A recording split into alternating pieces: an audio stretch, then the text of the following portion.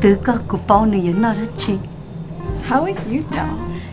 Hey, what's up, bro? I'd like to have the Nhiều nó tay spicy noodle chờ gai nhiêu. spicy noodle bowl with beef, Light sauce, no broccoli, light sauce, no broccoli. and nhiều To go, please. Okay, I got you, man. No broccoli, light sauce. I got you. See, I told you.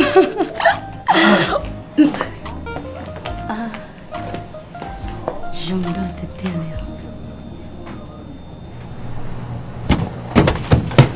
Tôi sao có chuyện ở đây đó? Tôi lên mình chỉ sợ chỉ dùng một lần giờ mong tôi đã chỉ theo cái dùng đun chia lò nào lò lại thế. Mọi chuyện đó hỏi cao là như thế. Are you okay?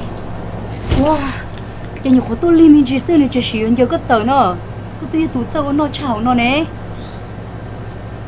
Dạ. Hầu yên gà li có tờ có mang giờ tờ. It's okay. Ha gì đây cha? Tụi này là chơi tiêu liệu. Hey, cái chỗ họ lựa kia là chè.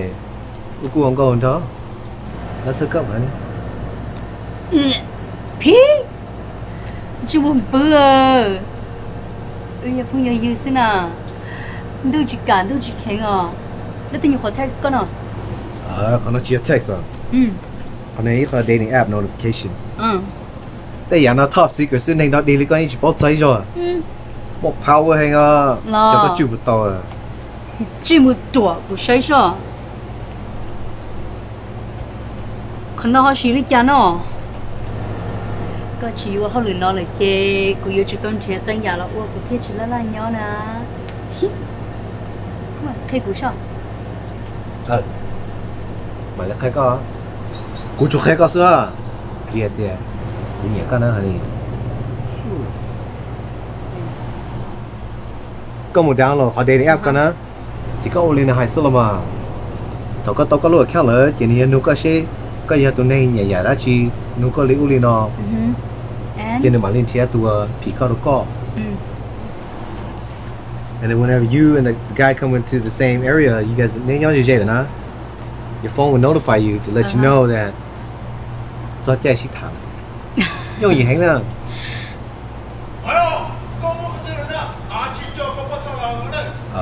Cái gì hú có lẽ, có cái chuyện là khác muốn nè, chả, nửa xóm lại đó có. Hey, hôm nào mà text con à? Chị hôm nào muốn đi chả? Mua được con rồi. Text you. Hello, hello.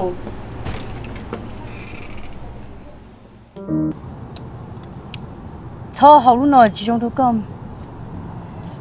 Cho nên lý có thế cũ nó nên nu mua lao cả mua lô khế. Cứ lòng gồng lên nó là tới chú muốn nhia. Thầu tư yếu mò mong kinh. Là chỉ tôi lê lý có xứ nào tới trâu luôn giờ tờ rồi. Sao mà ước cái chi cho cả một ô cái nhà đã chi trình chiến đấu lúc nên xưa con này có hạt sáu đã chi Chỉ bảo là chú sợ uốn ao họ nên gió tay đi nhìn không chờ tên nào trả nhà cái gì mà chỉ cho cụ sáu ấy từ tin nên muốn nhia còn cụ thiết sới tàu cho nên chọn nhảy lưỡi nà dạ Dồn gì? Cụ sáu ấy tuân thành qua nhà số chấp lời liền. Kiếm bộ số lần thôi ạ. chỉ lo thế đã tỏ Tôi share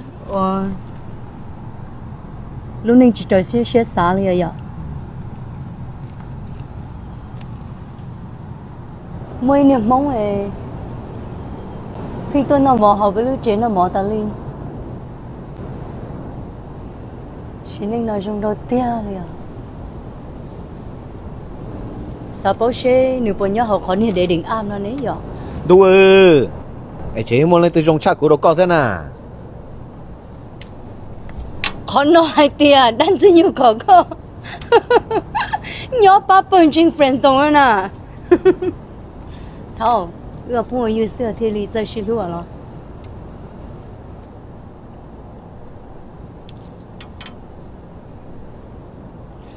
Oh my god! Thôi, 哇，真的？ và mình hơi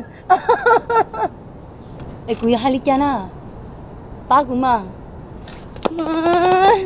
chứ cho chị bên này đi na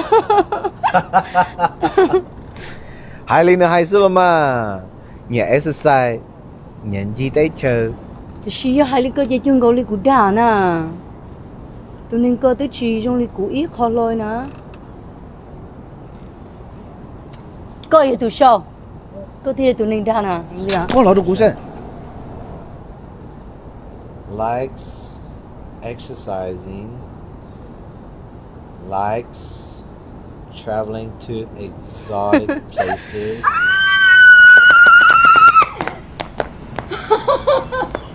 Ben khóa phải tiểu ship thì luôn đó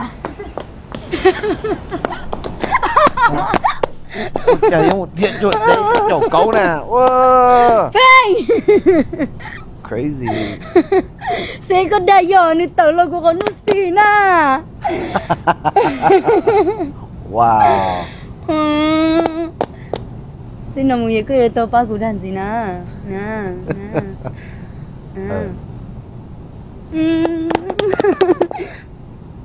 I love you